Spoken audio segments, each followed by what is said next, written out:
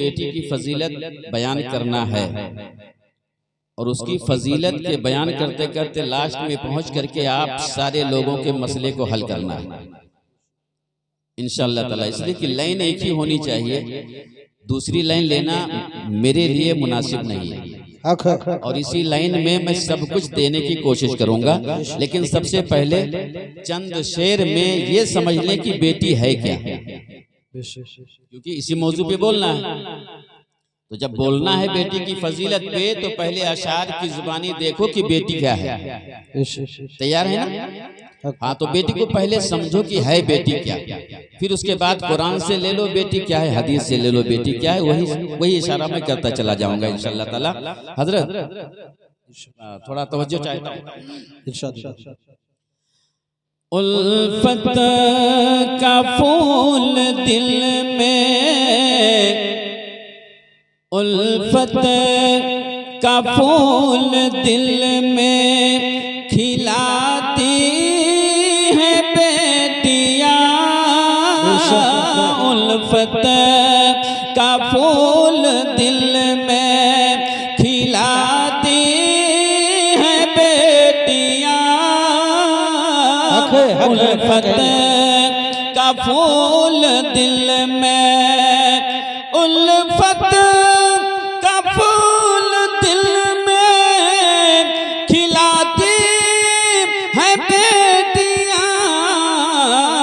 गुनचों को भी महकना, गुनचों को भी महकना सिखाती है बेटियां।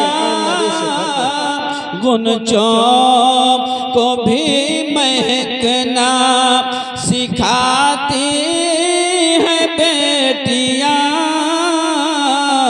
गुनचों को भी महकना। और ये शेर भी तवज्जो के साथ इरशाद कि जब बेटे माँ के मुंह से निवाले हैं छीनते, जब बेटे मुँह का माँ से निवाले हैं छीनते,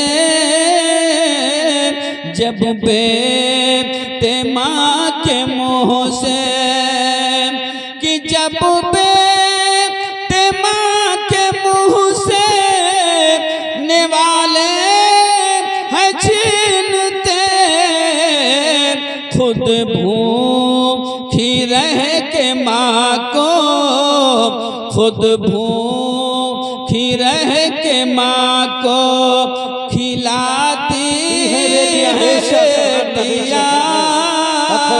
खुद भूखी रह के माँ को खिलाती है बेटियां।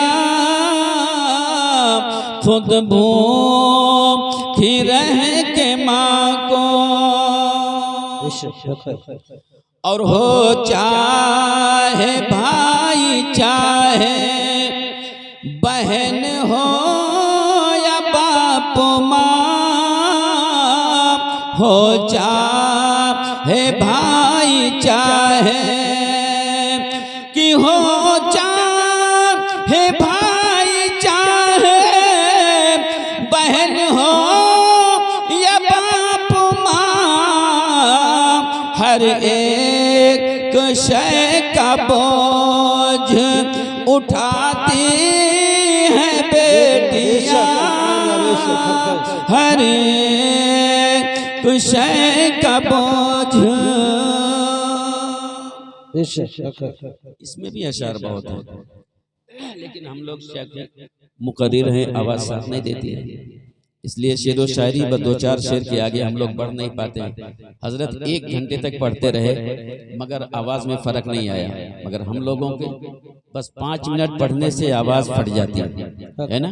लेकिन अब सुनो, मैं आपको पहले सबसे पहले एक हदीस देना चाहता हूँ। आपको पता है कि मेरे सरकार के तशरीफ लाने से पहले बेटियां जिंदा दफन कर दी जाती थी, है ना। और ये कहाँ पे था? अरब में। और तुर्क में क्या होता था? तुर्क भी पीछे नहीं था। हमारे सरकार के आने से पहले अगर बेटियां सरजमीन अरब में जिंदा दफन कर दी जाती थी तो तुर्किस्तान में ये था कि वहां के बादशाह का हुक्म था कि अगर किसी के घर में कमजोर बेटा ही क्यों ना पैदा हो, क्या कमजोर बेटा पैदा हो जाए तो उस बेटे को 4 सिपाहियों को भेज करके और उस कमजोर बेटे को माँ के गोद में दे करके और उस माँ को तुर्किस्तान के एक ऊंचे पहाड़ी पे सिपाही पहुंचाते थे और पहुंचाने के बाद पहाड़ के करार पे खड़ा करके माँ को और माँ से बोलते थे कि अपने बेटे को नीचे फेंक दे, क्योंकि जो माँ कमजोर बेटे को जन्म दे दे उस बच्चे को जिंदा रहने का हक नहीं है। तो ना अरब पीछे था ना तुर्किस्तान पीछे था, लेकिन हमारा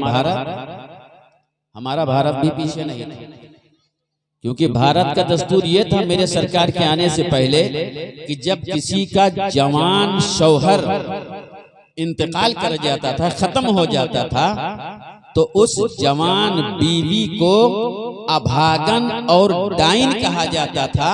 और जब जवान शौहर को आग पे उसका चिता के साथ जब लेटाया जाता तो जवान औरत को जिंदा उसी चिता के साथ लेटा करके जला दिया जाता था। और ये कहा जाता था कि जिसका जवान शौहर खत्म हो गया उसके बीवी को जिंदा रहने का कोई अधिकार नहीं है। तो ये तीनों देश कोई पीछे नहीं है। अगर वो लड़की को दफन करने में आगे है तो वो कमजोर बच्चों को मारने में आगे है, और ये जवान बीवी को जलाने में आगे है। मगर कुर्बान जाओ, जब मेरे सरकार इस दुनिया में तशरीफ लाए तो सबसे पहले फरमाया ये बेटियां तुम्हारी नस्लें हैं, ये बेटियां तुम्हारी बेटी है, यही बेटी तुम्हारी माँ बनेगी, यही बेटी तुम्हारी बहन बनेगी, यही बेटी तुम्हारा रिश्ता बढ़ाएगी, यही बेटी तुम्हारी नस्ल बढ़ाएगी, यही बेटी तुम्हें दुनिया में बसने का सलीका दिखाएगी। और यही बेटी रात के वन्नाटे में अगर बीवी जो है कमजोर पड़ जाए और बीवी के अंदर सुस्ती आ जाए, 12 बजे रात को बीवी ना उठ करके अगर बेटी मौजूद है, चाहे वो बेटी की शक्ल में हो या बहन की शक्ल में हो, 12 बजे रात को उठ करके अगर बाप भूखा है तो खाना खिलाती नजर आती है और भाई प्यासा है तो पानी देती नजर आती है। ये वो बेटियां हैं। लेकिन जब बेटी पैदा होती है ना, मैंने मुबारकबाद क्यों दिया? जब हमारे घर में बेटा पैदा होता है ना तो 25 किलो 50 किलो लड्डू मंगाया, बोलो मंगाया था। और लड्डू बांटने कौन जाता है? हमारे घर की बहन है ना, जो फूफी लगती है। सबसे ज्यादा हकदार फूफी होती है। मेरे सरकार को भी नहलाने धुलाने के लिए कोशिश करने वाली मेरे सरकार की फूफी ही तो थी, है ना। और जो भाई की बहन होती है ना, कसम खुदा की किसी मर्तबा में आजमा करके देख लेना, जिस काम से 12 बजे रात को 2 बजे रात को एक मर्तबा आकर के घर में देखो और देखने के बाद में आवाज लगाओ, बीवी तो अपना बिस्तर नहीं छोड़ेगी, मगर कसम खुदा की अगर बहन या बेटी है तो 2 बजे रात को भी उठ करके लब्बैक कहते हुए दरवाजा भी खोलेगी और सबसे पहले पूछेगी अब्बा क्या भूख और प्यास लगी है, खाना कहीं खाए नहीं खाए। अगर भाई आया है तो मेरे भाई ये बता दे क्या कुछ खा करके आया है या भूखा है। अगर भाई की जुबान से या बाप की जुबान से निकल गया नहीं बेटी इतना काम था कि काम की वजह से मुझे खाने का टाइम नहीं मिल पाया है, कसम खुदा की बीवी तो बिस्तर से उठने के लिए तैयार नहीं होगी, मगर बहन है तो अपने भाई से दर्द भरे जुमले में कहेगी भाई 5 मिनट का टाइम दे दे, मैं तुझे गरम रोटी बना के खिलाऊंगी, ठंडा पानी भी ला करके पिलाऊंगी। बहुत खूब, बेशक, सुभान अल्लाह, वाह। ये वही बेटियां हैं जो कभी बेटियां बन के पालती हैं, कभी बहन बन करके पाला करती हैं। और बेटे की पैदाइश पे वही बहन जब लड्डू लुटाने के लिए बांटने के लिए जाती है ना, तो बेटे का बाप जानते हो क्या करता है? फिर सीना तानेगा, बहन के पीछे पीछे चलेगा। क्यों? अब लड्डू बांटते हुए बहन तो मेरी बताती चली जा रही ना कि फला के यहाँ लड़का पैदा हुआ इसलिए ये खुशी में लड्डू लुटाया जा रहा है। अब बाप पीछे से सीना तान करके जा रहा है, क्यों? जब कोई पूछेगा कि क्या हुआ, इतना सीना तान करके क्यों जा रहा है, इतनी खुशी में क्यों जा रहा है, तो वो जवाब देगा मुस्कुराते हुए, जानते नहीं हो लड्डू बंटवा रहा हूँ, बेटा पैदा हुआ है। लेकिन उसी के बरक्स अगर हमारे घर में बेटी पैदा हो जाती है तो जो बाप बेटे की पैदाइश पे सीना तान करके गांव के गली और कूचे में घूमता था, आज वही बाप खेत में जा करके किसी फसल के अंदर मुंह छुपा करके बैठ रहा है, वही बाप कहीं पेड़ के नीचे बैठ रहा है, वही बाप कभी रोड के अंदर झुक करके बैठ रहा है। कोई पूछ न ले कि क्या पैदा हुआ है तो उसको जवाब देना पड़ेगा, बेटी पैदा हुई है। अरे नादान सुन ले, जब बेटा पैदा हुआ है तो तेरे घर में सिर्फ एक रहमत आया है, एक नेमत आया है, और जब बेटी पैदा होती है तो 10 रहमतें सुबह लाती है, 10 रहमतें शाम को लाया है। बहुत खूब, बेशक। नारे तकबीर, नारे रिसालत, मसलके आला हजरत, शाने बेटी, नारे तकबीर, नारे रिसालत, सुभान अल्लाह, सुभान अल्लाह। अगर हकीकत में देखा जाए तो ज्यादा खुशी बेटी की पैदाइश पे होनी चाहिए, ज्यादा खुशी बेटी की पैदाइश पे होनी चाहिए, इसलिए कि बेटा लेके कुछ नहीं आ रहा है और बेटी लेके कुछ नहीं जा रही है। बेटा लेके कुछ नहीं आता, बेटी लेके कुछ नहीं जाती, जो कुछ लाती है सब दे के चली जाती। 10 रहमतें सुबह, 10 रहमतें शाम को, ये बेटी की वजह से आ रहे तुम्हारे घर में, बेटी की वजह से।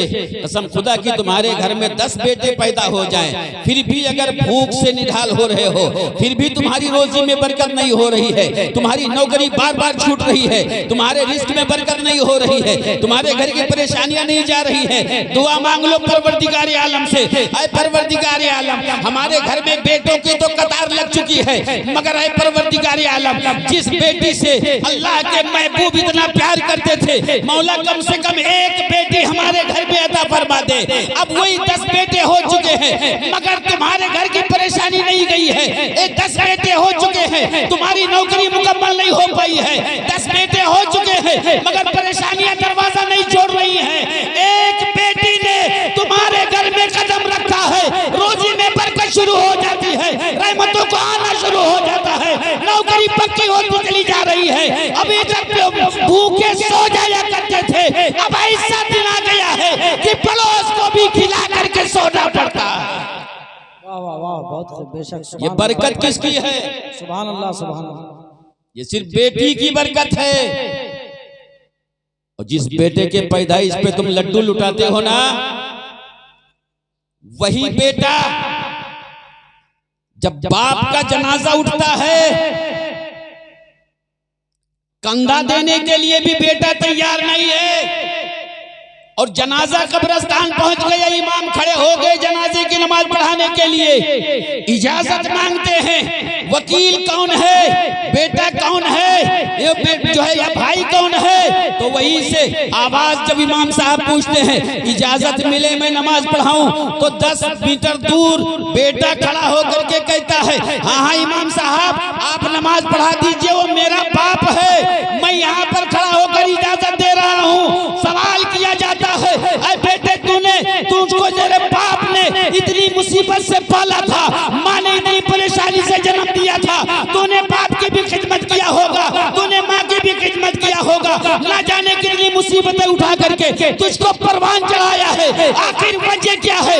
आज तू जनाजे में भी शामिल होने के लायक नहीं है, आज तो बाप को कंधा देने के लिए भी तैयार नहीं है। तो बेटा जवाब देगा, काम इतना था, नहाने का मौका नहीं मिला है। अरे नादान सुन ले, जो बेटा तेरा जनाजे को कंधा न दे सके, जो बेटा तेरी जनाजे की नमाज न पढ़ सके, उस बेटे के लिए तू जुलूस उठा रहा है, तो खुशियां मना रहा है। और जो बेटी घर से कदम निकालते ही माँ बाप के लिए जन्नत वाजिब करते, तो उसके लिए कम मना रहा है। सुभान अल्लाह, सुभान अल्लाह, सुभान अल्लाह, बहुत खूब, बेशक। वाह।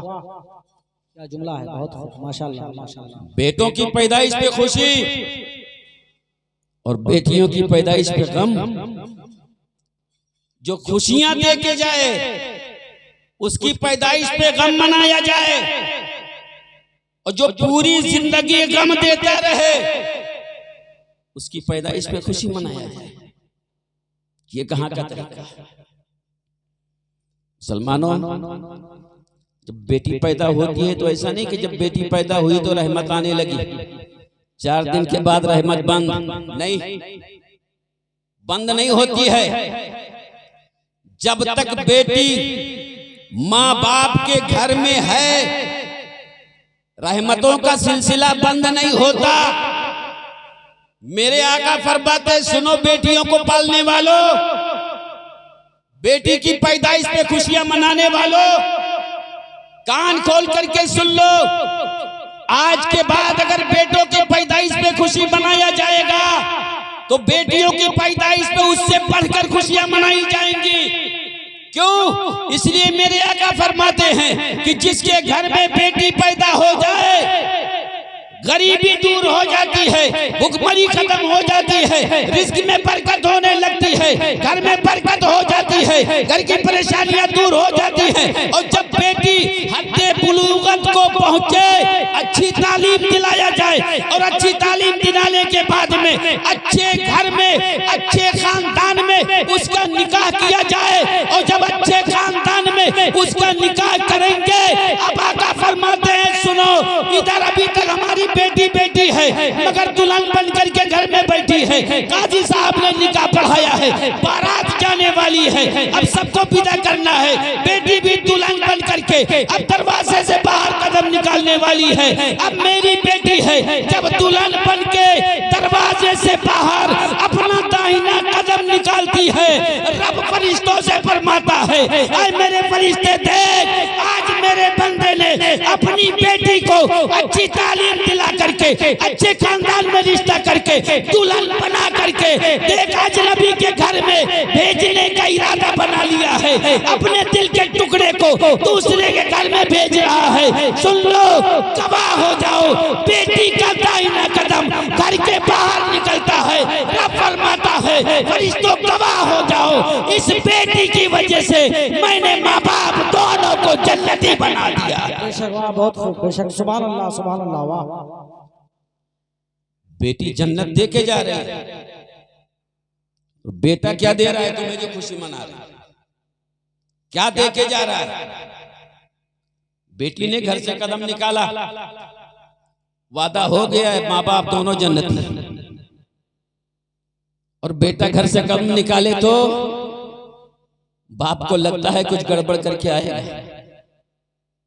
अगर अच्छी तालीम मिल गई है अल्हम्दुलिल्लाह, हाफिज कुरान या कुरान की तालीम मिली, हो सकता है माँ बाप की कद्र को समझ ले, इल्ला माशाअल्लाह, वरना 90% तो ऐसे जाहिल होते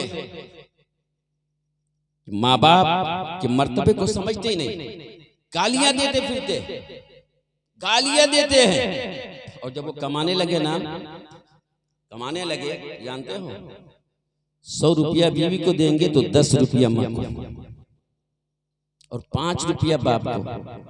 कोई सवाल करेगा क्या जरूरत है इसकी, तो कहेगा यार बुढ़ापे में इनको क्या जरूरत है, खर्चा हमको है, खर्चा हमारे लिए है। मगर अगर पूरी कमाई बाप के हवाले किया जाता है तो आने के बाद में बेटा हिसाब पूछता है, अब्बा मैंने 50,000 रुपया दिया था, वो क्या गया, कहाँ गया, किस पे खर्च किया, कैसे खर्च किया। सुनो, मेरे आका की बारगाह में ऐसे ही एक मनचला नौजवान शिकायत लेकर के पहुंचा, अर्ज करता है, या रसूल अल्लाह, मैंने अपने बाप को पूरी जिंदगी की कमाई देता रहा, मगर वापस आने के बाद जब मैं मांगता हूं तो मेरा बाप मुझे कुछ नहीं देता। खर्चे के लिए मांगता हूँ, थोड़ा बहुत दे करके हटा देता, मगर सारी कमाई मैंने बाप को दिया है और आज के बाद मैंने सोचा है अब मैं अपने बाप को कोई कमाई नहीं दूंगा, अपनी माँ को कोई कमाई नहीं दूंगा, क्योंकि बाप को खर्चे के लिए पूरा पैसा दे करके मुझे न तो कोई काम समझ में आता है, कहाँ खर्चा मेरा बाप करता है ये मुझे नहीं मालूम है, कोई हिसाब भी नहीं होता है। कहा ठीक है, अगर तेरा ये मुकदमा मेरी बारगाह में आया है, तेरे बाप की जानिब से बाप के खिलाफ तूने मुकदमा किया है, तो एक काम कर, सबसे पहले अपने बाप को बुला ताकि तेरा मुकदमा सुना जाए और फैसला किया जाए। अब सुनो मुसलमानों, एक सहाबी रसूल को सरकार उसके घर भेजते हैं और कहते हैं जाओ इस नौजवान के बाप को बुला करके ला, इस नौजवान के वालिद को बुला करके लाइए। अब वो नौजवान जब जाते हैं नौजवान के वालिद को बुलाने के लिए, एक सहाबी रसूल पहुंचते हैं, फरमाते हैं सुनिए, मैं आपको मेरे आका ने बुलाया है क्योंकि आपके बेटे ने आपके खिलाफ मेरे सरकार की बारगाह में मुकदमा दर्ज कर दिया है, चलिए मुकदमा चालू हो गया है, चल करके फैसला सुन लीजिए। अब वो जब घर से कदम निकालते हैं तो जानते हो उनका दिल रो रहा था, आंखों से आंसू चल रहे थे, दिल भी रो रहा था और लरसते हुए कदम उठ रहे थे, मगर दिल ही दिल में कुछ सोच रहे थे। अब जब मेरे महबूब की बारगाह में पहुंचे, पहुंचने के बाद में सवाल बाद में है, मेरे सरकार फरमाते हैं ऐ मेरे सहाबी सुन, तेरे बेटे ने मेरी बारगाह में शिकायत किया है, इतना कहना था कि अभी जवाब कुछ नहीं मिला था, इतने में जिब्राइल आते हैं और आने के बाद में अर्ज करते हैं या रसूल अल्लाह, सवाल से पहले जवाब सुनने से पहले एक सवाल कर लीजिए। बेशक सुभान अल्लाह। जिब्राइल कहते हैं या रसूल अल्लाह जवाब मत सुनिए, पहले एक सवाल कर लीजिए। किससे? आने वाले बाप से। जो बाप घर से आया है, बेटे ने मुकदमा किया है, या रसूलुल्लाह इसका सवाल करने से पहले एक ऊपर का सवाल कर लीजिए। कौन सा सवाल? जिब्राइल अर्ज करते हैं या रसूलुल्लाह इस सहाबी से पूछ लीजिए कि जब ये घर से निकला था तो अपने बेटे की शिकायत पे ये दिल में सोच करके क्या, इसने सोचा क्या है कि मैं सरकार के बारगाह में जाऊंगा, जवाब कैसे दूंगा, क्या सोच करके आ रहा था? मेरे सरकार फरमाते हैं बता, क्योंकि मेरे सरकार ने खुद से सवाल नहीं किया, जिब्राइल ने बताया कि मेरे सरकार इसका सवाल कर लीजिए, सवाल करेंगे मसला हल हो जाएगा। मेरे सरकार फरमाते हैं बता, तू घर से जब निकला है तो क्या सोच करके निकला? तो वो सहाबी रसूल बुढ़ापे के आलम में पैर भी कांप रहे हैं, हाथ भी कांप रहे हैं, इतना बुढ़ापे के आलम में फिर भी बेटा नौजवान बाप से सवाल कर रहा है। लेकिन मेरे नबी ने जब फरमाया तू घर से निकला था तो क्या सोच करके निकला था? या रसूल अल्लाह, अब अर्ज करते हैं सहाबी रसूल, या रसूल अल्लाह मैं घर से निकला था तो ये सोच करके निकला था कि मैंने ये सोचा भी नहीं था कि मेरा नौजवान बेटा मेरे सरकार की बारगाह में मेरे खिलाफ मुकदमा दर्ज करेगा। या रसूल अल्लाह, मैंने सोचा था जब इसकी पैदाइश हुई थी तो मेरा दिल खुश हो गया था, मैंने सोचा था जब ये बेटा मेरा जवान होगा, बूढ़े बुढ़ापे का सहारा बनेगा, जब मेरा बेटा जवान होगा तो एक पेड़ लगाया हूँ जिससे मैं आशियाना होऊंगा, जिसका मैं साये में रहूंगा। जब मेरा बेटा जवान होगा तो बुढ़ापे की लाठी बन जाएगा, जब मेरा बेटा जवान होगा तो मेरे बुढ़ापे का सहारा बन जाएगा। जब मेरे हाथ काम करना बंद कर देंगे तो यही जवान बेटा मेरा हाथ बन जाएगा, जब मेरे पैर काम करना बंद कर देंगे तो यही जवान बेटा मेरा पैर बन जाएगा। मैं इसके आराम से, मैं इसके जवानी पे, मैं अपने बुढ़ापे में आराम करूंगा। ये मेरा बेटा हर जगह साथ देता हुआ आएगा, साथ देता हुआ नजर आएगा। या रसूल अल्लाह, मैं यही सोच करके आया था, लेकिन मैंने ये नहीं सोचा था कि इस बुढ़ापे के आलम में जब किसी लाठी का सहारा लेना चाहिए वो लाठी भी टूट चुकी है, जब पैर का सहारा लेना चाहिए पैर भी नाकाम हो चुके हैं, जिस्म का सहारा लेना चाहिए जिस्म भी नाकाम हो चुका है। मैंने सोचा भी नहीं था कि जब पैर जवाब दे देंगे तो मेरा बेटा भी जवाब देगा, जब हाथ जवाब दे देंगे तो मेरा बेटा भी जवाब देगा, जब आंख जवाब देगी तो मेरा बेटा भी जवाब देगा। मैंने सोचा नहीं था। क्या रसूल अल्लाह, यही सोच करके मैं पूरे रास्ते में आ रहा था। सरकार फरमाते हैं अब खामोश हो जाओ, जवाब मैं देता हूँ। बेशक नारे तकबीर, नारे तकबीर, नारे रिसालत, नारे रिसालत मसलके आला हजरत मौलाना मुफ्ती मोहम्मद रफीक आलम साहब क़िबला। नारे तकबीर, नारे रिसालत। सरकार साहब रसूल से फरमाते हैं अब खामोश हो जाओ। अब जो मुकदमा पेश हुआ है ना, इसका जवाब सुनो। ऐ नौजवानों, बाप को गिरी हुई नजरों से देखने वालों, सरकार का जुमला नोट करो। जब उसने मुकदमा पेश किया था कि सारी कमाई मैं बाप को देता हूं और मुझे हिसाब नहीं मिलता, मुझे हिसाब नहीं दिया जाता, मेरे सरकार फरमाते हैं सुन, तू भी तेरे बाप का है और जब तक तेरा बाप जिंदा है तू भी तेरे बाप का है, तेरी कमाई भी तेरे बाप की है, न तू अपने में है न तेरी कमाई तेरा हो सकता। सब कुछ तेरे बाप का है, तेरा कुछ नहीं है। जब तक बाप जिंदा है न तू अपना है न तेरी कमाई अपनी हो सकती है।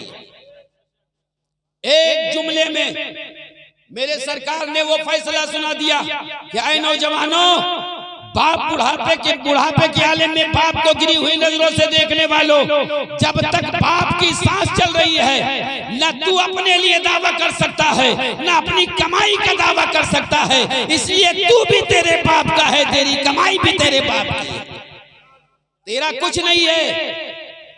जब तक तू तेरा बाप जिंदा है तेरा कुछ नहीं। और ये कब समझ में आएगा? जब बेटा आलिम दीन होगा, जब बेटा हाफिज कुरान होगा, तब समझ में आएगा कि माँ क्या है, बाप क्या है।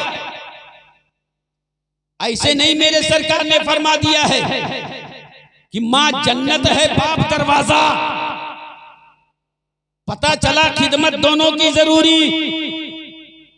बाप को छोड़ दिया, माँ को खुश कर लिया, जन्नत बन के माँ बैठी है, आवाज देगी बेटा आजा, तूने मुझे खुश किया था। बाप दरवाजा बन के बैठेगा, कहेगा नहीं, इसलिए कि तूने दरवाजे को नाराज किया है। अगर जन्नत में और कोई रास्ता है जाने के लिए तो चला जा, दरवाजा नहीं खुलने वाला। और अगर बाप को खुश कर लिया, माँ को नाराज कर दिया, अब बेटा कहता है दरवाजा, बाप कहता है दरवाजा खुल गया, बेटा जन्नत में चला जा, माँ कहेगी जन्नत बन के मैं बैठी हूँ, बेटा अंदर कदम नहीं रख सकता, इसलिए बाप की खिदमत किया था, दरवाजा खुल गया, जन्नत को नाराज कर दिया, कदम नहीं रखना है।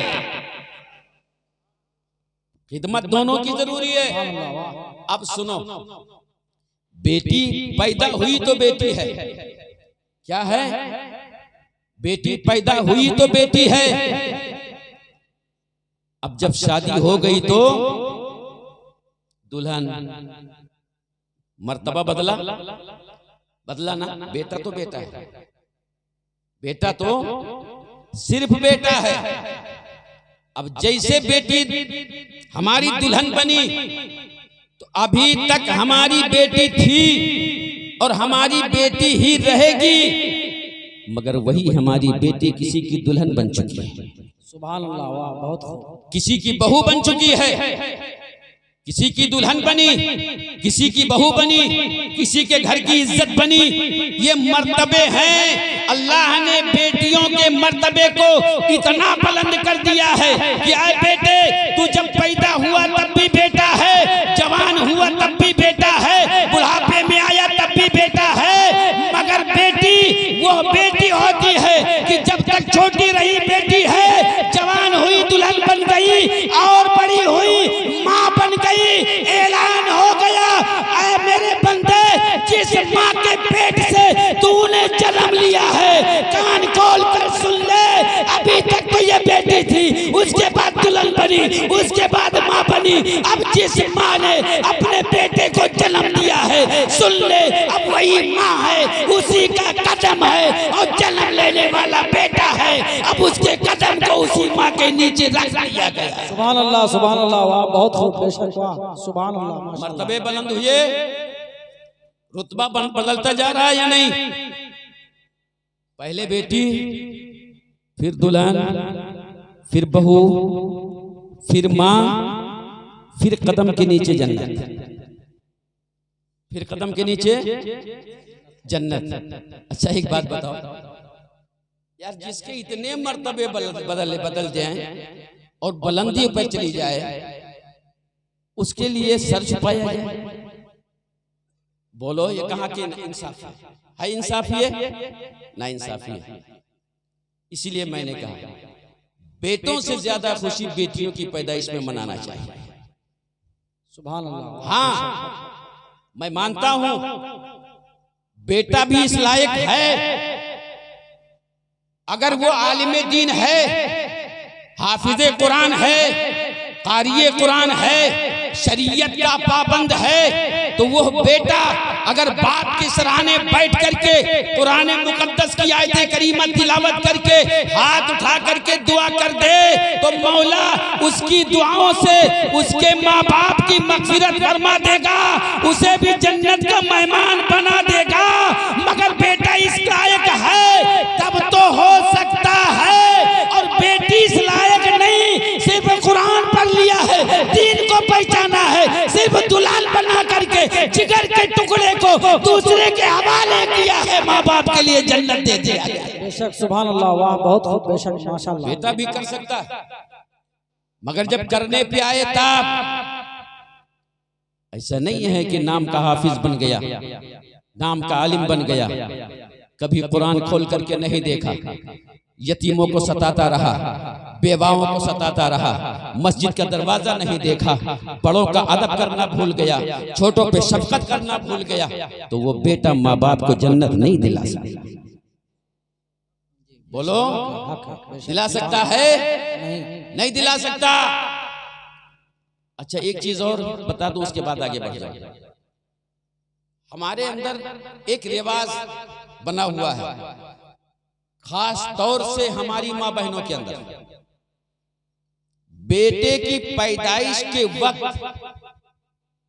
अगर माँ का इंतकाल हो जाए, हजरत बेटे की पैदाइश के वक्त अगर माँ का इंतकाल हो गया या 2-4 दिन के बाद इंतकाल हो गया, तो हमारी माँ बहनें उसको क्या कहती हैं? केवाड़िन कहती है ना, केवाड़िन है, कब्रिस्तान में मत रखना इसको, ये पकड़ेगी, ये सताएगी। मेरी माँ बहनों कान खोल कर सुन लो, बेटे की पैदाइश कोई मामूली पैदाइश नहीं होती। मेरे सरकार फरमाते हैं कि बेटे की पैदाइश के वक्त में जिस माँ का इंतकाल हो जाए वो किवाड़ी नहीं, बल्कि 70 मर्तबा तुम पैदा हो और अपनी मौत से मरो, फिर भी उस मौत के बराबर नहीं हो सकती, क्योंकि जो बेटे की पैदाइश के बाद जिस माँ का इंतकाल होता है वो माँ शहीद हुआ करती है। वाह बेशक सुभान अल्लाह, वाह बहुत खूब, क्या जुमला है। और जो पैदाइश के वक्त माँ मर जाए उस माँ को तुम कहते हो कब्रिस्तान में मत रखना, इसलिए कि ये केवाड़िन है। माँ बहनों वो शहीद है, और कब्रिस्तान के अंदर जिसके बगल में उसे दफन कर दिया जाए, अगर उसके बगल वाले को अजाब हो रहा होगा, इस माँ की वजह से उसका अजाब भी खत्म कर दिया जाए। वाह वाह बेशक सुभान अल्लाह, वाह वाह बहुत खूब, बेशक वाह सुभान अल्लाह माशाअल्लाह। कितनी भूल है हमारे अंदर, कितनी भूल है। हम शहीद एक माँ को केवाड़िन का नाम देते हैं, कब्रिस्तान में रखने से मना करते हैं। कितनी भूल है हमारे अंदर। अरे हमें तो उस माँ को कंधा देना चाहिए, क्योंकि वो शहीद है। और मेरे सरकार फरमाते हैं कि अगर मग़फ़िरत हुए लोगों की कोई कंधा दे दे या जनाजे में शामिल हो जाए, उस शहीद की बरकत से कंधा देने वाला भी जन्नती होगा और जनाजे में शामिल होने वाला भी जन्नती होगा। बेशक सुभान अल्लाह, वाह बहुत खूब, बेशक क्या खूब है। अब बताओ, जिसको हम केवाड़िन कहते हैं वो कितनों को जन्नत दिला करके जाएगा? जितने कंधा देंगे वो भी जन्नती, और जितने जनाजे में शामिल होंगे वो सब जन्नती होंगे। अब बताओ कितनी बुरी इल्लत है हमारे अंदर, ये ला इल्मी के बिना पर, मालूमात नहीं है, इसीलिए ना। अच्छा चलो एक बात मैं बताऊं, जैसे अब मैं फिर वापस आता हूं, बेटी रहमत है, क्या है? रहमत है। रहमत है। जब तक बेटी दुल्हन नहीं बनी थी, 10 रहमतें सुबह और 10 शाम को बराबर हमारे घर में आ रही थी। अब दुल्हन बन करके वो जब पराई हुई, एक अजनबी के घर को बसाने के लिए गई, तो क्या वो रहमतें बंद हो गई? नहीं, रहमतें बंद नहीं होती है। आपने सुना भी होगा, किसी के घर में 4 बेटे हैं, 5 बेटे हैं, 8 बेटे हैं, और जब कोई बूढ़ी माँ बैठती है ना, और तो 4 औरतें वहां बैठती हैं, तो वो अपने आप में शिकायत करती हैं, माँ क्या करूं, मेरे घर में बरकत नहीं होती है, बेटा कमाता है मगर पता ही नहीं चलता है, मेरे घर में रिज्क आता है लेकिन कम पड़ जाता है। शिकायतें होती हैं। जब औरतें आपस में बैठती हैं तो इस तरह से शिकायत करती हैं। तो जानते हो वो बूढ़ी माँ क्या कहती है? अच्छा एक बात बता बहन, क्या तेरे घर में जवान लड़का है? हाँ माँ जवान लड़का तो है। तो शादी क्यों नहीं कर लेती? अब वो चौंक करके कहती है, शादी से और गरीबी से क्या ताल्लुक है? चौंक के जवाब देती है, माँ एक तो वैसे परेशानी है, शादी कैसे करूं, और शादी और गरीबी से ताल्लुक क्या, शादी और बेबरकती से ताल्लुक क्या? तो वही बूढ़ी माँ कहती हुई नजर आती है, सुन, अगर तेरे घर में परेशानी है तो बहू लेकर के आ जा, तेरे घर में परेशानी है बहू बना करके ले आ, बेटे की शादी करके ले आ। जैसे बहू का कदम तेरे घर में पड़ेंगी, 10 रहमतें जो माँ बाप के घर पे आती थी, अब वो रहमतें तेरे घर में आएंगी, गरीबी दूर हो जाएगी, परेशानी खत्म हो जाएगी, बरकतों का नुज़ूल होगा। नारे तकबीर, नारे रिसालत, मसलके आला हजरत जश्न ईद मिलादुन नबी हजरत मौलाना मुफ्ती रफीक आलम साहब क़िबला, नारे तकबीर, नारे रिसालत, सुभान अल्लाह। परेशानियों से घर को बचाए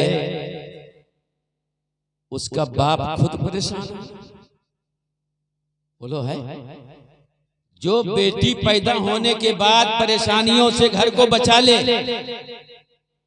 खुद उसका बाप परेशान है, जंगल में जाके मुंह छुपाता है, यार बेटी आ गई। अरे ये मुंह छुपाने के लिए नहीं आई है, तेरे मुंह को उजागर करने के लिए आई है, तेरी परेशानियां दूर करने के लिए आई है। और आए बाप सुन ले, अगर तूने अच्छी तरबियत दे दिया है तो तुझे जन्नत दिलाने के लिए आई है। हम सब कुछ करते हैं जन्नत के लिए, मदरसे में खिदमत करते हैं किसके लिए? जन्नत मिल जाए, है ना? नमाज पढ़ते हैं किसके लिए? जन्नत मिल जाए। रोजा रखते हैं जन्नत मिल जाए, हज करते हैं जन्नत मिल जाए, और जो ज़कात देते हैं जन्नत मिल जाए। हर काम हम नेक करते हैं इसलिए कि जन्नत मिल जाए। लेकिन क्या बेटी ने कहा था, अब्बा जिस दिन मैं घर से कदम निकालूंगी तो अगर नमाज नहीं होगी तो जन्नत नहीं मिलेगी, रोजा नहीं होगा तो जन्नत नहीं मिलेगा। देखिए नमाज फर्ज है, रोजा फर्ज है, ज़कात फर्ज है, हज अगर इस्तिताअत है तो फर्ज है। लेकिन ये क्या है? ये जो कुछ भी है फर्ज, ये हुकूकुल्लाह है। क्या है हजरत? जुमला नोट कीजिए, ये हुकूकुल्लाह है। नमाज ले लो, रोजा ले लो, हज ले लो, ज़कात ले लो, ये हुकूकुल्लाह है। हुकूकुल्लाह को अल्लाह चाहे तो माफ कर दे, मगर हुकूकुल इबाद को उस वक्त तक रब माफ नहीं फरमाता जब तक बंदा माफ ना कर दे। बेशक, वाह, बहुत खूब, बेशक बेशक, सुभान अल्लाह। किसी बंदे को तकलीफ मत पहुंचाओ, क्योंकि जब तक बंदा माफ नहीं करेगा रब माफ नहीं करेगा। हुकूकुल्लाह में अगर इबादत में कमी आ गई तो रब चाहे माफ कर दे, इसीलिए मेरे सरकार फरमाते हैं बेटियों को प्यार से पालो, अच्छी दुल्हन बना करके अच्छे खानदान में भेजो, माँ बाप सब जन्नती हो जाए। बेशक सुभान अल्लाह सुभान अल्लाह, बहुत खूब। वहां पर मेरे सरकार ने ये नहीं फरमाया था कि माँ बाप अगर नमाजी होंगे तो जन्नती होंगे, रोजेदार होंगे तो जन्नती होंगे, ज़कात देते होंगे तो जन्नती होंगे, हज किए होंगे तो जन्नती होंगे। नहीं, तरबियत अच्छी दो, अच्छी तरबियत दिया जन्नत के हकदार बनोगे। अच्छा, अब एक चीज क्या है हमारे अंदर, बात बात पे तलाक, समझिएगा, बात बात पे तलाक। नारा लगाओ, नारे तकबीर, नारे रिसालत, मसलके आला हजरत, मसलके आला हजरत हजरत अल्लामा मौलाना शब्बीर खान साहब क़िबला। हमारे नौजवानों के अंदर भी आदत है, और नौजवान तो नौजवान है यार, 80 साल के बुढ़ों में भी ये आदतें आ गई ना। हमारे नौजवानों में ये हाल है, थोड़ा सा तू मैं हुआ तलाक। क्या नौजवान तूने कभी सोचा है ये तलाक का जुमला कितना खतरनाक है, कितना बड़ा खतरनाक है, कितना बड़ा गुनाह है।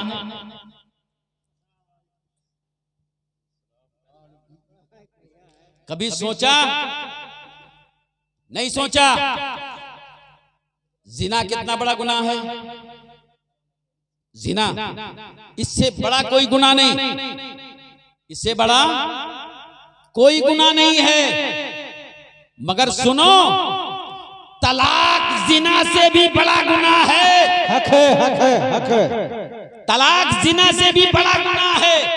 अगर जिना करोगे हो सकता है रब माफ फरमा दे, मगर जब इंसान तलाक देता है तो आसमान हिलने लगता है, जमीन हिलने लगती है। रब फरमाता है अर्श आज़म हिलने की वजह क्या है? तो अर्ज करता है मौला आज तेरे बंदे ने तेरी बंदी को तलाक दिया है, जमीन थर-थर कांप रही है, इजाजत चाहती है, मौला इजाजत दे मैं फट जाऊं, तलाक देने वाले को अंदर अपने अंदर आज़म कर दो।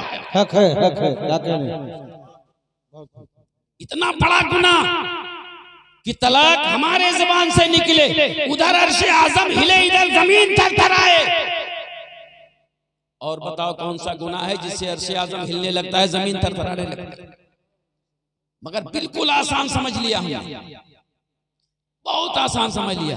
कोई भी थोड़ा सा तू मैं हुई, बस तलाक। तलाक की नौबत पहले आती है। मेरे दोस्तों, होती है गलती, सुनो मसला सुनो, गलती होती है मगर माइनस करने से होगा। तलाक उसका इलाज नहीं है। हाँ, बुजुर्गाने दीन ने भी फरमाया, हदीस रसूल में भी आया, बुजुर्गों का तरीका भी रहा है, तलाक देना दुरुस्त तो नहीं है, लेकिन अगर हमारी बीवी के अंदर हद से ज्यादा कमियां आ गई हो तो तलाक दिया नहीं जा सकता, तलाक की धमकी दी जा सकती है। हक है, हक है, हक है, हक है। धमकी दो, अगर ये सुधार नहीं आया तो तलाक दे दूंगा, ऐसे कहने से तलाक नहीं होगा। क्या कहेंगे? तलाक दे दूंगा, इस तरह का जुमले से तलाक नहीं होगा। फिर भी न माने तो एक तलाक दो। कितना? एक तलाक दो। तीनों तलाक एक साथ में मत दो। और यही 3 तलाक का मसला हमारी गवर्नमेंट ने उठाया था और इसको प्रस्ताव पास कर दिया ना। अगर हमने महबूब के फरमान पर अमल किया होता तो आज हुकूमत के अंदर यह ताकत नहीं थी कि तलाक का मसला हमारा है और हल वो निकाले। मेरे सरकार ने पहले ही कह दिया है, तीनों तलाक एक साथ मत दो। और यही गवर्नमेंट ने भी तो बनाया, जो 1400 साल पहले हमारे लिए मसला पेश किया गया। अब गवर्नमेंट कह रही है कि तीनों तलाक देने वाले को सजा। तो क्या मेरे सरकार ने ये नहीं फरमाया था तीनों तलाक देने वाले को इतना बड़ा अज़ाब? बोलो, ये तो पहले ही से फैसला हो चुका। बीवी को सुधारना है, नहीं सुधर रही है, एक तलाक दो। और एक तलाक देने के बाद इद्दत गुजरने से पहले बीवी को बीवी समझ लो, बीवी शौहर को शौहर समझ ले, मियां बीवी एक हो जाओ, दूसरी तलाक वाकई ही नहीं होगी। हक है, हक है। दूसरी तलाक की नौबत ही नहीं आएगी। और सुनो, अगर जरूरत पड़ गई दूसरी तलाक भी देना पड़ा तब भी हलाले की नौबत नहीं है। हक है। तब भी हलाले की नौबत नहीं है। मैन मुद्दा सुनो, ये तलाक का मसला बड़ा लंबा है, इतना ज्यादा नहीं बयान करूंगा, मगर मैन मुद्दा सुनो। अगर बुढ़ापे के आलम में बाप ने मां को तलाक दिया और जवान बच्चों ने मां को अपना लिया, कान खोल के सुनिएगा, इधर उधर फू फाई करने वालों, ना हक किसी का हुक्का पानी बंद करने वालों, शरीयत की जानकारी लेने के बाद कोई काम का कोई कदम उठाया करो, इसलिए कि कोई भी मुसलमान को तकलीफ नहीं दे सकता। अगर किसी से कोई मुसलमान परेशान हुआ तो वो कामिल मुसलमान हो ही नहीं सकता। अगर तलाक दे दिया बिन इत्तेफाक और जवान बच्चों ने मां को अपना लिया, नहीं मेरी मां मेरे पास रहेगी, हम इसकी किफालत करेंगे, क्योंकि मां है तो बेटों का हक है कि मां को अपना ले। अगर बेटों ने मां को अपना लिया है तो मां का फर्ज ये बनता है कि जिस शौहर ने उसे तलाक दिया है उससे रग़बत खत्म कर दे, उससे बात खत्म कर दे, उससे ताल्लुक खत्म कर दे, बीवी का रिश्ता खत्म कर दे। अगर ऐसा होता है तो उसके घर पे खाना भी जायज है, पीना भी जायज है, आना भी जायज है, जाना भी जायज है, बातें करना भी जायज है। हुक्का पानी बंद नहीं किया जा सकता है, हर चीज में शरीक होना चाहिए। हक है, हक है, बेशक। बहुत अच्छे, बहुत खूब। थोड़ी थोड़ी बातों में तलाक की नौबत आती है। अच्छा, एक इशारा और दे दूं फिर मैं उतर जाऊं कुर्सी से।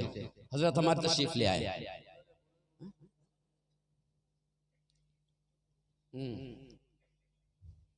अच्छा, एक बात दामन में नहीं आती है कि बेटे की पैदाइश पे बाप खुशियां मनाता है, आखिर बेटी की पैदाइश पे मुंह छुपाता क्यों? फजीलत तो समझ में आ गई ना। अब इंशाअल्लाह मुझे उम्मीद है कि जितने लोगों ने सुना होगा अब बेटी की पैदाइश पे ज्यादा खुशी मनाएंगे ना इंशाअल्लाह, क्योंकि जो बेटी दे करके जाती है वो बेटा देकर नहीं जा सकता। लेकिन अभी एक बात समझ में नहीं आती कि आखिर बेटी की पैदाइश पे बाप मुंह छुपाने पे मजबूर होता क्यों? किस वजह से होता है वो बाप? ये मजबूर क्यों हुआ कि मुंह छुपाना पड़े, बेटी के लिए जवाब ना देना पड़े? मेरे दोस्त, ये बाप की कमी नहीं, ये हमारी कमी।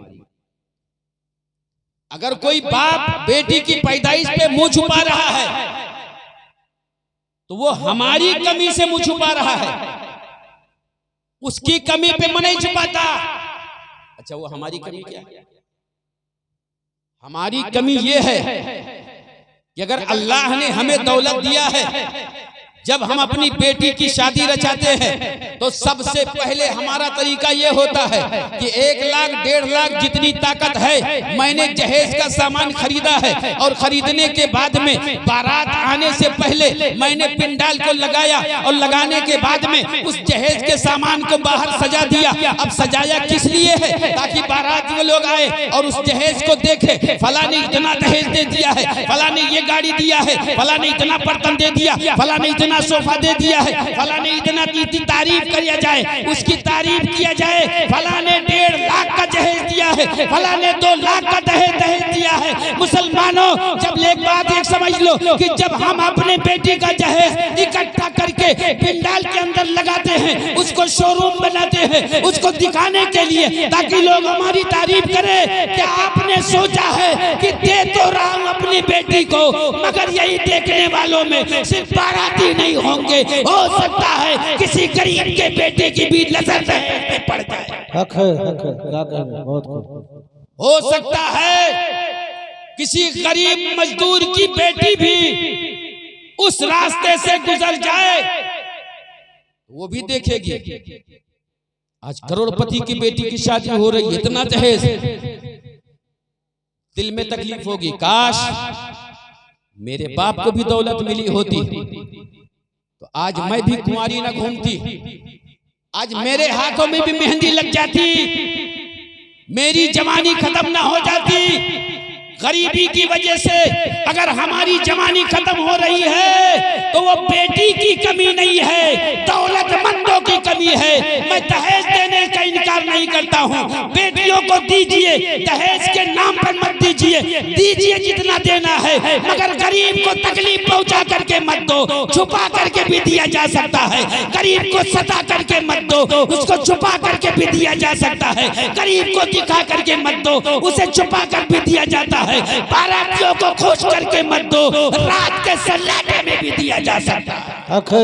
बहुत क्या कहेंगे? जब तुम रात के सन्नाटे में अपनी बेटी का जहेज उठाओगे, गरीब बेटी की नजर नहीं पड़ेगी।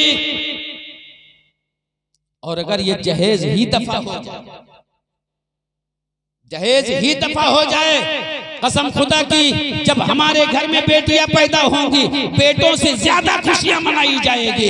आज अगर बाप अपने सर को छुपाने के लिए मजबूर होता है, मुंह को छुपाने के लिए मजबूर होता है, वजह सिर्फ दहेज है, क्योंकि वो दहेज दे नहीं सकता, इसलिए बेटी की पैदाइश पे नर्वस है।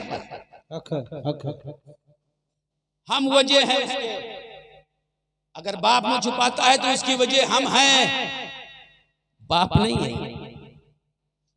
आज हम अपनी बेटियों की मदद करने के लिए रात के सन्नाटे में मदद करना शुरू कर दें। सबसे पहले तो हम उन बेटों के बाप से गुजारिश करेंगे,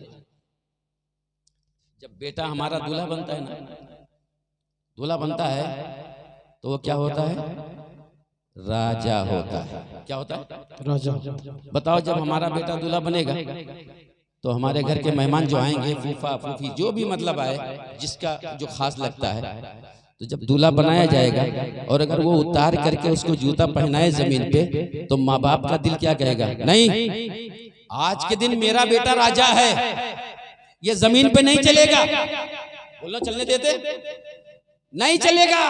राजा है राजा, आज इसको गोद में उठाया जाएगा, फिर गाड़ी में बिठाया जाएगा या घोड़े पे बिठाया जाएगा। मेरा बेटा राजा है, आज पैदल नहीं चल सकता। अरे नादान, तूने गोद में आने के लिए राजा बना है, तू गाड़ी में बैठने के लिए राजा बना है, तू घोड़े पे बैठने के लिए राजा बना है, मगर जब बेटे के घर पे जाता है तो आखिर राजा होकर के भी भिखारी की आदतें क्यों निभा रहा है? आखिर भिखारी जैसी आदतें क्यों निभा रहा है? मेरा कहना ये है कि जो राजा होता है उसका हाथ ऊपर होता है और जो मंगता होता है उसका हाथ नीचे होता है। अगर राजा बना है तो राजा बनने का हक अदा कर दे, या तो राजा बाप का नाम बंद कर दे, और या तो भिखारी बनना है तो दहेज को मांगना बंद कर दे। अगर दहेज मांगना बंद करेगा हकीकत में राजा बनेगा, अगर दहेज मांगेगा तो राजा नहीं बल्कि भिखारी बन के रहे। हक है, हक है। नारे तकबीर, नारे तकबीर, नारे रिसालत, नारे रिसालत, मसलके आला हजरत, मसलके आला हजरत, जश्न ईद मिलादुन नबी, जश्न ईद मिलादुन नबी, मुफ्ती रफीक आलम साहब किबला। नारे तकबीर, नारे रिसालत। बहुत अच्छे, बहुत अच्छे। क्या कहिए? हमारी गुजारिश है, जितने लोग यहाँ पे हैं, आज के बाद इंशाअल्लाह कोशिश ये करेंगे कि हम अपनी बेटी की शादी करें तो जहेज को गरीब की नजर से बचा के रखें, क्योंकि गरीब का दिल अगर रोया तो वो जहेज किसी काम में नहीं आएगा। जहेज को पहली बात गरीब की नजर से बचा के रखें, और दूसरी बात बेटी की पैदाइश पे खुशी मनाएं। यह भी जरूरी है, बेटी की पैदाइश पे खुशी मनाएंगे इंशाअल्लाह ताला। और जहेज की मांग बंद कर दें। जो बेटा मुंह छुपाता है ना, जो बाप मुंह छुपाता है ना वो खुशियों से खिल उठेगा।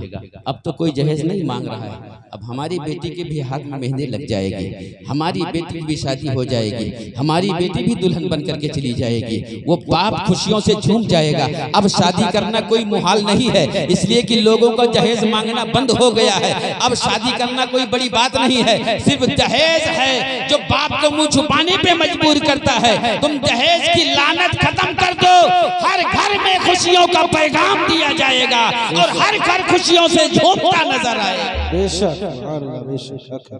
सिर्फ ये लानत को खत्म करो, सिर्फ सब कुछ ठीक हो जाएगा इंशाअल्लाह ताला। अमल करेंगे ना इंशाअल्लाह ताला। इंशाअल्लाह ये जिंदगी 4 दिन की है, पता नहीं दोबारा मुलाकात हो या ना हो, मगर ये जो पैगाम मैंने दिया है अल्लाह और उसके रसूल के वास्ते, इस पैगाम पे हम सबको अमल करना है इंशाअल्लाह ताला। और कहीं भी शादी लगाने जाना है तो जहेज की मांग नहीं करना है, इसलिए कि राजा बन के जा रहे हो, भिखारी बन करके वहां पेश मत हो जाओ। और अगर भिखारी ही बनना है तो तुम्हारी मर्जी है। मैं कहता हूं बेटी वाला बाप अगर बेटी की तरफ से दहेज देने के लिए उस बाप को परवरदिगारे आलम दौलत दे सकता है तो तेरा बेटा है यार, तुझे क्यों नहीं दे सकता? जिससे उसने मांगा है तुझे देने के लिए, तो उससे मांगने के बजाय उसे से तो भी मांग ले जिसने बेटी के बाप ने मांगा है, जिससे तू भी उसी से मांग ले। बेटों से मांगने की क्या जरूरत, बेटी वालों से मांगने की क्या जरूरत है? क्या उसको दे सकता है परवरदिगार आलम? तुझे नहीं दे सकता, तुझे भी दे सकता है। ये लानत हटाना होगा, हमको सही मानों में मुसलमान बनना होगा। जब तक हम जहेज की लानत को नहीं हटाएंगे हमारी बेटियां महफूज नहीं हो सकती। अगर हमारी बेटियां किसी गैर के साथ जाती है तो वो खुशी में नहीं जाती।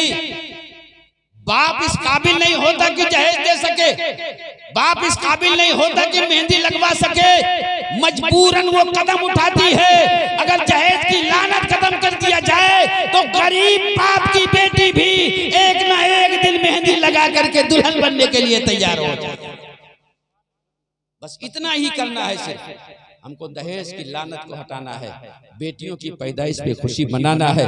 बारगाह मौला में दुआ है अल्लाह तबारक व तआला इस होने वाली पैदा होने वाली बेटी की उम्र को दराज फरमाए, मौला इसको हर बला हर मुसीबत से महफूज व मामून फरमाए। और खुसूसियत के साथ जो मैंने मसाइल आपके सामने रखे हैं, अब वो मसले बहुत बड़े हैं, सारे मसले को तो नहीं बयान कर सकता तलाक का, लेकिन जो जरूरी था जिसके मामले में लोगों को एतराज हो गया था, मैंने कहा कि पहले उस कमी को दूर कर दिया जाए, फिर जिंदगी रहेगी तो मसले बयान कर दिया जाएगा इंशाअल्लाह ताला। आज के बाद कोई भी चौराहे पे या इधर उधर ये बकवास नहीं करेगा कि फला के यहाँ खाना नहीं है, फला के यहाँ पीना नहीं है। मैंने सबके सामने स्टेज पे चाय पिया है, हालांकि अभी खाना नहीं खाया है। ये मेरा चाय पीना सबके लिए दलील है कि अगर हजरत ने पी लिया है तो हमें भी खाना चाहिए, हमें भी पीना चाहिए। इसी पे अमल करना इंशाअल्लाह ताला बस। और हमें जो भी आगे बढ़ करके करना है दीन के फरोग के लिए करना है, अपने बच्चों को अच्छी तालीम दिलाना है, अपने बच्चों को सबसे पहले कुरान की तालीम दिलाएं, उसके बाद में हिंदी इंग्लिश जो भी चाहें वो पढ़ाएं। और आजकल का तो दस्तूर बन गया है, जो भी मदरसे हैं मान्यता प्राप्त मदरसे वही मदरसे चलने पा रहे हैं, बाकी सारे मदरसे तो बंद कर दिए गए हैं। और गवर्नमेंट की नजर जानते हो किस पे है? सिर्फ हम पे इसलिए है कि जड़ हमारा मदरसा है और अब हमको कहीं दूसरी जगह हिंदी इंग्लिश या साइंस की पढ़ाई ढूंढने नहीं जाना है। जितने मदरसे मानक में हैं, जितने मदरसे मान्यता प्राप्त हैं, उस मदरसों में अरबी उर्दू हिंदी अरबी इंग्लिश साइंस सारी पढ़ाइयाँ दी जा रही हैं। किसी भी मदरसे में भेज करके अपने बच्चों को दीनी और दुनियावी दोनों तालीम से आरास्ता करो। जब तुम्हारा बच्चा कामयाब होगा तो इंशाअल्लाह ताला पूरी जिंदगी ये समझेगा कि हम भी अपने बाप के हैं, हमारी कमाई भी हमारे बाप की है। अस्सलामु अलैकुम व रहमतुल्लाहि व बरकातहू।